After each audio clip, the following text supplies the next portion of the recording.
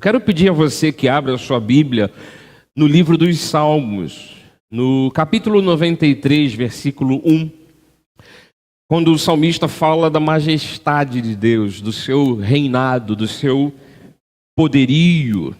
E diz assim a palavra do Senhor: reina o Senhor, revestiu-se de majestade, de poder se revestiu o Senhor e se cingiu com essas coisas. Firmou o mundo que não vacila. O salmista, inspirado em fazer uma composição poética para Deus, você sabe, o livro dos Salmos, essencialmente são livros de canções, são músicas. E o salmista está dizendo: ora, reina o Senhor, ele se revestiu de majestade, de poder ele se revestiu. O Senhor se cingiu dessas coisas. A roupa de Deus, o que ele representa, o que ele tem sobre si, é algo que significa poder, majestade, soberania, senhorio, domínio. E diz o texto que ele firmou o mundo que não vacila. Eu quero dizer com essas palavras que o reino celestial tem um governante. O universo tem um dono. Nós temos um Senhor sobre as nossas vidas. Jesus Cristo é o nosso Senhor e Deus.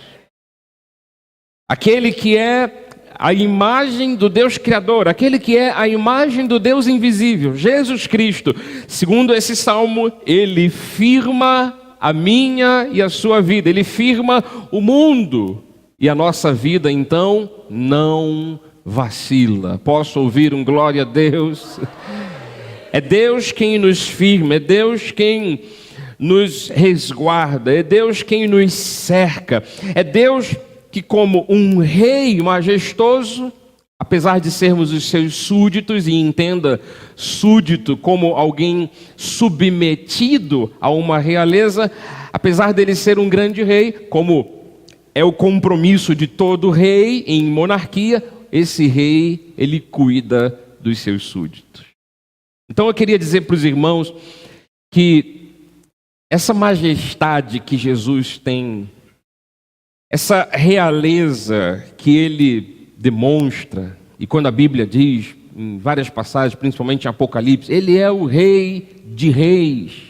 Significa que todo tipo de realeza, todo tipo de majestade está debaixo dessa soberania do Senhor. Ele é o soberano, ele é o rei de todos os reis. Até mesmo quando a Bíblia nos considera, olha que coisa ilustre, a Bíblia considera os crentes, a igreja, como reino e sacerdócio. Coisa que era apenas para algumas pessoas no passado. A Bíblia diz que hoje nós podemos ser reis e sacerdotes. Se somos reis, Jesus continua sendo o rei de todos nós aqui. Reis, rainhas, alguns príncipes, princesas. Mulheres aí, quem se sente uma princesa do Senhor? E amém doce esse, né? Amém. Os homens às vezes não querem ser príncipes, querem ser guerreiros, né? Os cavaleiros. Mas nós fazemos parte de uma realeza. O nosso rei é soberano, nosso rei, ele é superior a todos, ele firmou o mundo que não vacila. A nossa base sólida, a nossa firme confiança em ter uma vida plena, uma vida cheia do seu agir, cheia de milagres, está baseada nisso. Ele firma os nossos passos, ele firma o mundo em que vivemos. Tudo está debaixo do absoluto controle desse rei majestoso e soberano. Sabe que enquanto Jesus esteve aqui nesse mundo, nessa terra, no Oriente Médio, na Palestina, ele, como Deus, se fez homem. Na figura humana, na figura do Jesus de Nazaré, o filho do carpinteiro, aquele que era igual aos seus discípulos. Quando Jesus esteve aqui nesse mundo, a majestade dele como rei não era vista. Até porque, em algumas situações, os discípulos à sua volta e Jesus no meio deles, ninguém sabia identificar quem é o líder de vocês, quem é o rabi, o professor de vocês, o líder, o pastor de vocês. Algumas vezes nas perseguições queriam prender Jesus porque o nome dele estava ficando famoso, ele dizia que era um com o Senhor, ele e o Pai eram um só, então vamos prendê-lo. E os soldados vinham, quem é o Jesus? Humanamente, culturalmente, aquele Deus que tinha se feito homem, habitando aqui, vivendo com os discípulos, era igualzinho aos discípulos. E quando esses discípulos, esses homens, Pedro, Tiago, João, os outros 12 principalmente, apesar de Jesus ter feito vários outros discípulos, uma vez ele enviou 70 pessoas para evangelizar e tal. Quando esses homens perceberam quem Jesus era, não na aparência, mas pelo que ele fazia, tocava um cego de nascença, e os olhos dos cegos se abriam, eles perceberam, através desse convívio, através dessa verificação, que ali estava um rei majestoso. Não com as suas roupas reais, cheias de pompas e circunstâncias, o que, aliás, ele já disse, né? Eu sou o rei, mas não sou o rei deste mundo. Aqueles homens puderam perceber a majestade de Jesus Cristo, porque eles foram seus companheiros ali naqueles 3 anos de evangelização, e eles puderam ver os prodígios, as obras de Jesus Cristo, os milagres de Jesus Cristo. Tanto que Pedro tem um discurso na segunda carta, no capítulo 1, versículo 16 e o 19, onde ele diz assim: olha, não vos demos a conhecer o poder e a vinda de nosso Senhor Jesus Cristo, seguindo fábulas engenhosamente inventadas. Vamos parar aqui um pouquinho na vírgula aqui, né? Pedro e os seus companheiros, Pedro sendo mais ou menos ali o líder deles, ele disse: olha, o que a gente passa para vocês, o que a gente dá a conhecer, o que a gente fala de Jesus que andou conosco, a gente não fala porque a gente juntou aqui um grupinho dos 12 apóstolos, 12 discípulos e pensamos assim. E eles não estavam vendo um homem sequer como os antigos reis de Judá ou de Israel. Ali estava um homem simples, mas quando ele tocava o leproso, a pele do leproso ficava limpa e era restaurada imediatamente. Um homem que, eu digo homem porque na aparência era homem, as pessoas o confundiam com os outros discípulos, que andou sobre o mar. Pedro teve a coragem de dizer: Senhor, eu quero ter, dando as mãos para Jesus, aquele que fez um milagre tão gracioso. É o primeiro milagre relatado na Bíblia. Quando a gente percebe, não ocularmente, mas por testemunho do que a gente vive, que Ele é majestoso, nós estamos debaixo de uma realeza, debaixo de um reinado milagroso, abençoador, gracioso, como Ele fez aquele milagre. Mas alguns países da Europa, por exemplo, sabe que os reis, apesar de ter lá o primeiro-ministro, alguém que governe o país, compromisso. É algo que já faz parte da realeza. O rei, ele deve cuidar do seu súdito. Então, como a gente aqui não tem monarquia, né? Como a gente tem democracia, a gente não se liga muito na questão da monarquia. Às vezes acha até bobo, né? E os reis, o príncipe, agora casou com não sei quem e tal. A gente acha uma coisa muito irrelevante. Mas se nós tivéssemos um país que mantivesse a monarquia, talvez tivéssemos esse sentimento um pouco mais apurado. E é claro que dentro desse relacionamento da realeza com os súditos, um bom rei, aí é que está o ponto. Um excelente rei é aquele que não fica só na realeza e deixa os súditos lá como plebe. Não, ele se interessa. Ele defende. Se alguém é capturado e levado para um outro reino, ele manda pessoas, ele envia a guarda, ele vai lá capturar de volta, ele vai lá pagar a fiança. Nesse sentido de realeza, quando a gente se depara com a majestade de Jesus Cristo, a gente tem que ter essa ideia. Ele é o nosso grande rei e ele cuida de nós, ele se preocupa conosco, ele faz de tudo por nós. Sabe uma prova disto? É que Deus, mesmo tão altíssimo, tão sublime, visualmente, se a gente tivesse uma questão visual, Deus estando tão distante de nós, lá no trono celestial, mesmo lá longe, Ele se preocupa com cada um de nós, formiguinhas do seu reino.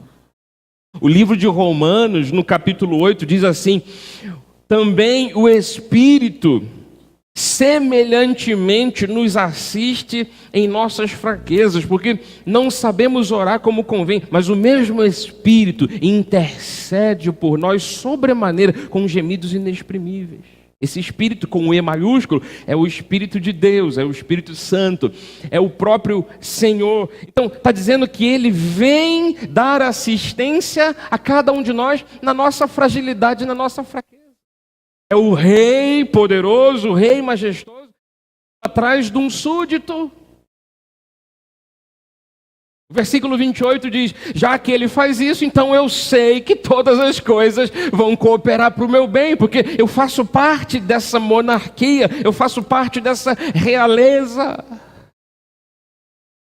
E o nosso rei, ele é tão gracioso, tão abençoador, que Isaías, o profeta, dizia muitos anos atrás, no capítulo 64, desde a antiguidade não se ouviu, nem com ouvidos se percebeu, nem com os olhos se viu, um Deus além de ti, um Deus que trabalha para aquele que nele espera, o Rei que cuida dos súditos, Jesus Cristo, aleluia.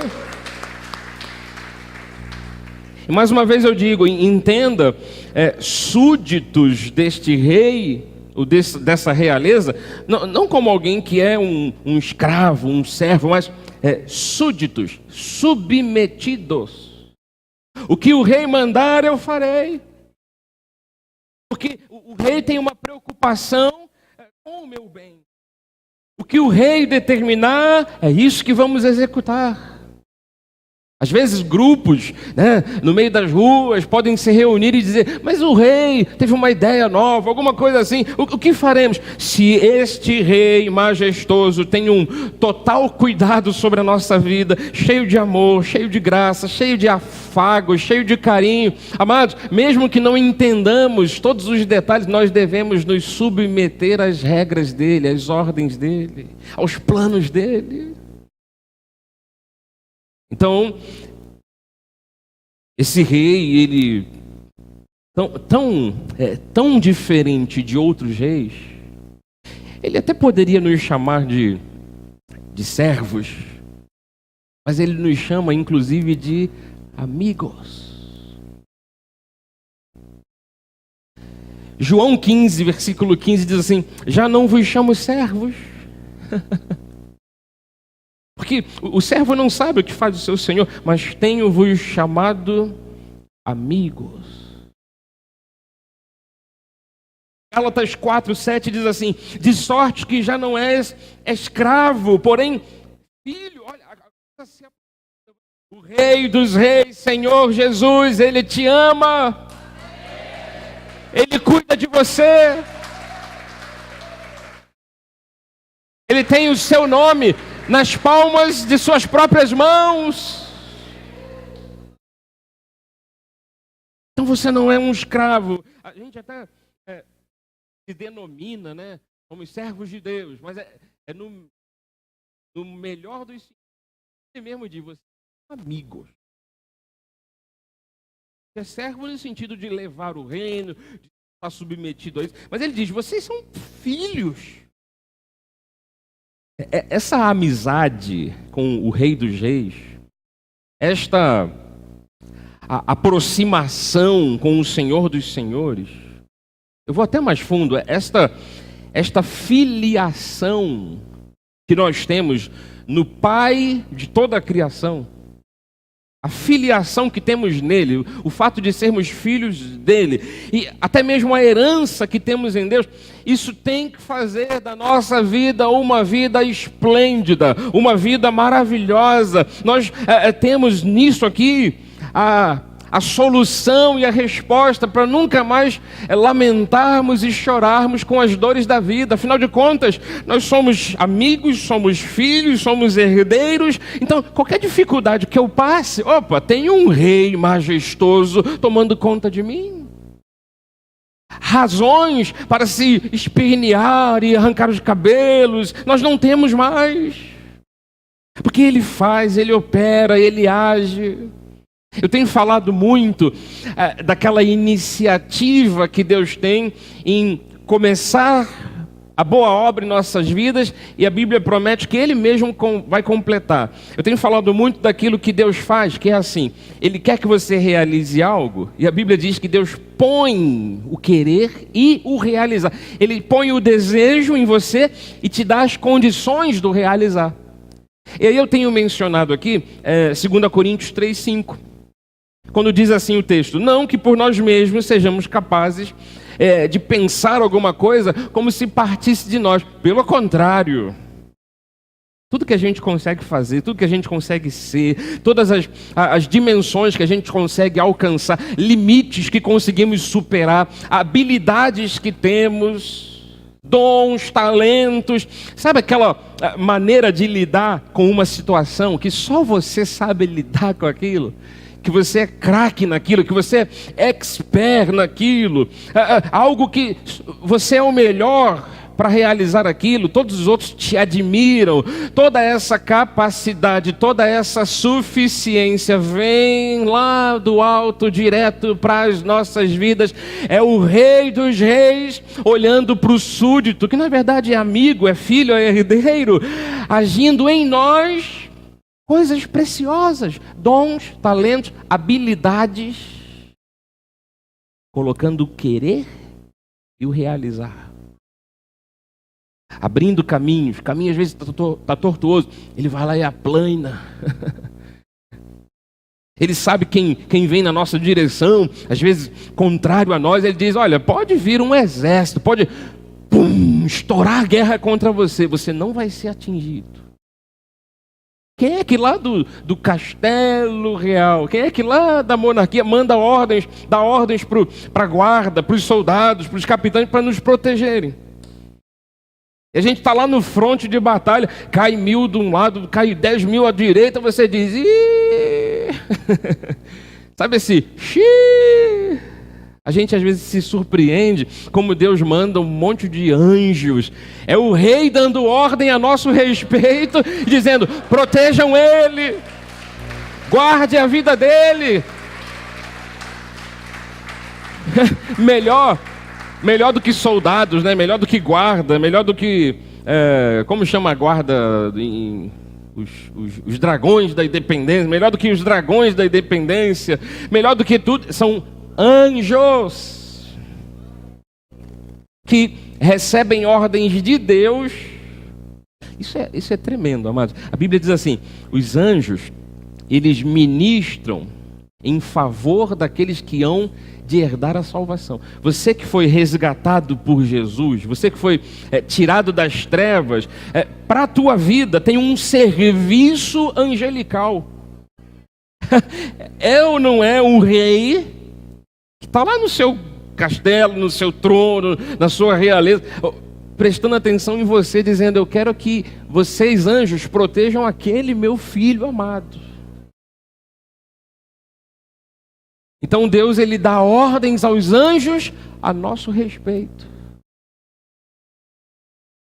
Você tem que crer nisso, você tem que confiar nisto, você tem que vivenciar isso. Ah, não, bispo, eu prefiro ficar do lado de fora dos muros, sabe? Eu não gosto dessa coisa da realeza, mas a realeza gosta de você. Então, eu vou terminar falando de um plano da realeza de Jesus.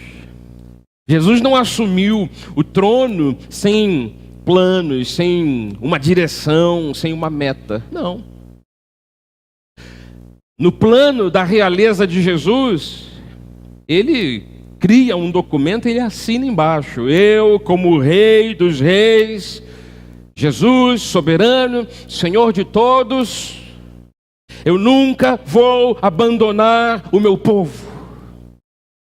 Eu, como majestoso Rei, jamais vou deixar o meu povo, os meus súditos, meus amigos, meus filhos, meus herdeiros, serem envergonhados. O Senhor dos Senhores, ele assina um documento para assumir a majestade, a realeza, e ele diz a nosso respeito, ele diz: eu jamais vou quebrar este meu juramento. O Rei Celestial, ele jamais volta atrás. Reis deste mundo podem voltar atrás, podem fugir do seu país. Nós não somos um Brasil de reis fugidos? Não, somos. Né? Mas o nosso Rei Celestial, ele não volta atrás. Ah, mas estourou a guerra contra o povo dele, tem perseguição, tem um tal aí de um capeta que fica já há anos.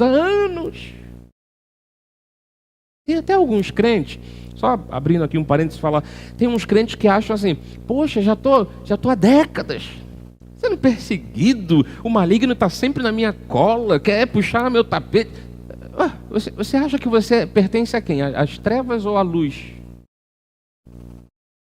Vai se acostumando.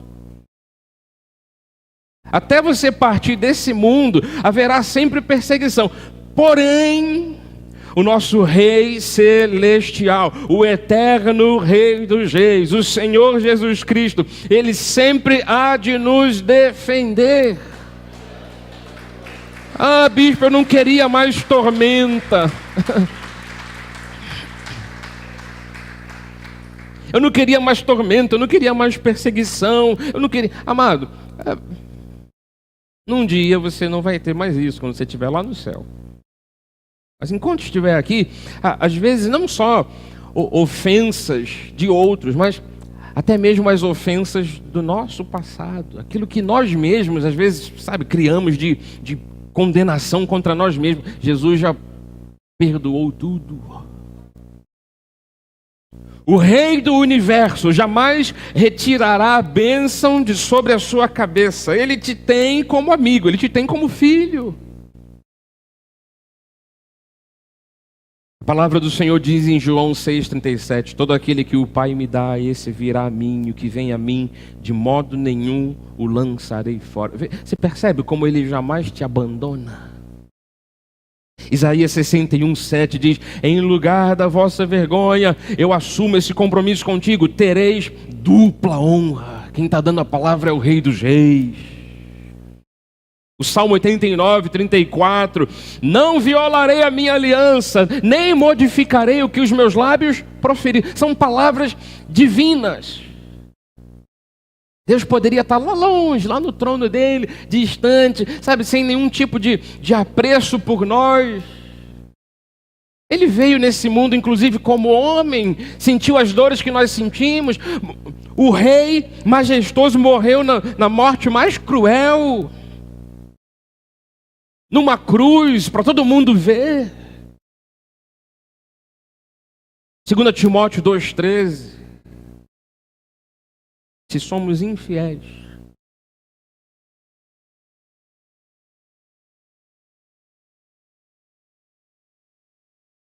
o Rei majestoso, Jesus, Senhor dos senhores, Deus puro, santo, que não coaduna com iniquidade, que não vive, nem gosta, ele até abomina aquilo que é negativo, aquilo que é ímpio. Que palavra é essa aqui, que se somos infiéis, ele passa por cima disso tudo e permanece fiel? É porque ele não te abandona, porque ele não vai deixar você ser envergonhado pelo mundo, pelo pecado. É porque ele te escolheu, porque você faz parte dos súditos dele. Deus não olha um erro, uma fraqueza, um pecado nosso e diz: opa, ele está manchando, esse fulano aqui está manchando a história da nossa monarquia, da nossa realeza. Expulsa ele. Não, ele diz: olha, você virou as costas para mim, né? Deus dá uma puxadinha na orelha. Ele acerta os nossos pés nos trilhos e tem hora que ele chama numa sala secreta lá.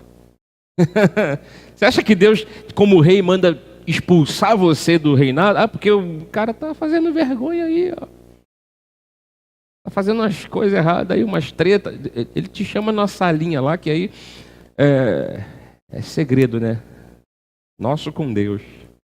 Você sabe o quanto ele arrocha a coisa contigo, ele aperta e ele coloca você nos eixos, mas que ele permanece fiel sempre. Ele não pode negar aquilo que assumiu. Aleluia! Esse Rei Celestial, ele não volta atrás, porque ele tem um propósito, ele nos ama. Hebreus 13 diz: Jesus Cristo, ontem, hoje, é o mesmo. A nossa tranquilidade, a nossa confiança está nisso aqui, ó. Ele será o mesmo para sempre.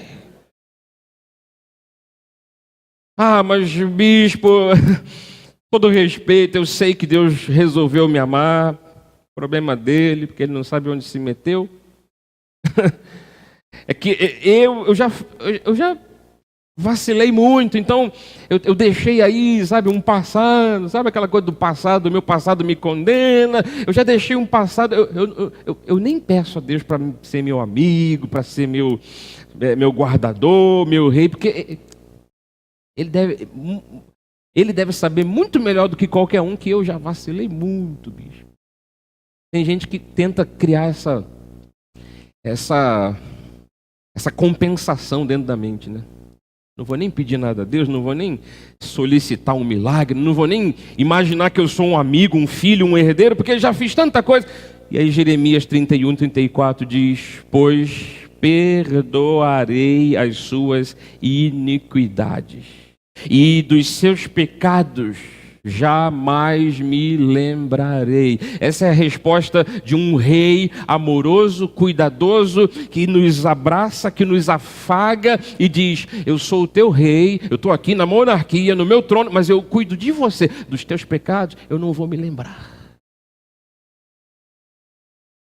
Estou falando de pecados do passado, mas as ofensas do passado Deus já perdoou. E quanto às ofensas de agora? Olha 1 João 1,9. Se confessarmos os nossos pecados, Ele é fiel e justo para nos perdoar os pecados e nos purificar de toda a injustiça. Há sinceridade no coração, existe uma abertura no coração para dizer: Senhor, mesmo quando eu tropeço aqui e ali, Senhor, eu não quero, eu me arrependo. Há sinceridade no teu arrependimento. Pode crer nesta palavra. Se você diz para Deus: Senhor, me perdoa, Senhor, eu nem quero mais pensar nisso. Ele é fiel e justo para nos perdoar os pecados e nos purificar de toda injustiça. Oh, vamos dar um lindo aplauso ao Senhor. Ele repete o mesmo cuidado, ele reafirma inúmeras vezes que ele é rei, mas que ele cuida de nós. O rei do universo jamais retira a bênção que ele colocou sobre você. E Efésios 1,3 diz assim: Bendito seja o Deus e Pai de nosso Senhor Jesus Cristo, que nos tem abençoado com toda sorte de bênção espiritual nas regiões celestiais em Cristo. Constantemente, Deus nos tem abençoado. Eu termino dizendo, mesmo sendo o grande rei, que tem o universo inteiro para cuidar, o nosso Deus continua sendo majestoso, grandioso e poderoso para com cada um de nós. Ele tem o universo inteiro para ver, para cuidar, para tomar conta, para agir. Mesmo assim, Ele é majestoso, poderoso, soberano, grandioso, milagroso, com cada um dos seus pequeninos, com cada uma das suas crianças, os seus pitocos. Quando Jesus disse, deixa as crianças vir a mim. Ou então quando ele disse assim, tem que ser como criança. Ele chamou de pitocos. Pitocos é aquele que precisa do cuidado, aquele que precisa de colo.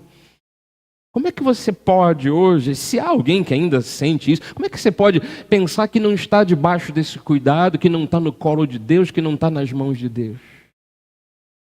Das mãos do Senhor ninguém te arrebata, ninguém te rouba.